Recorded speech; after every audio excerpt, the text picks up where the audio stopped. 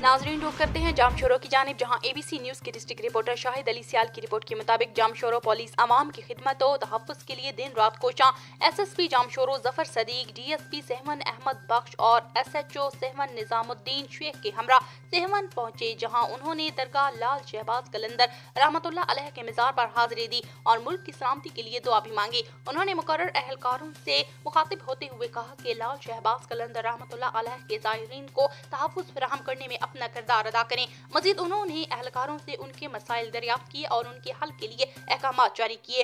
दरगाह पर दरगाह in charge Najaf Shah ने security के हवाला से एसएसपी को ब्रीफिंग दी और आज तालुका सहमन के डीएसपी ऑफिस सहमन में अवाम से मुलाकात करेंगे।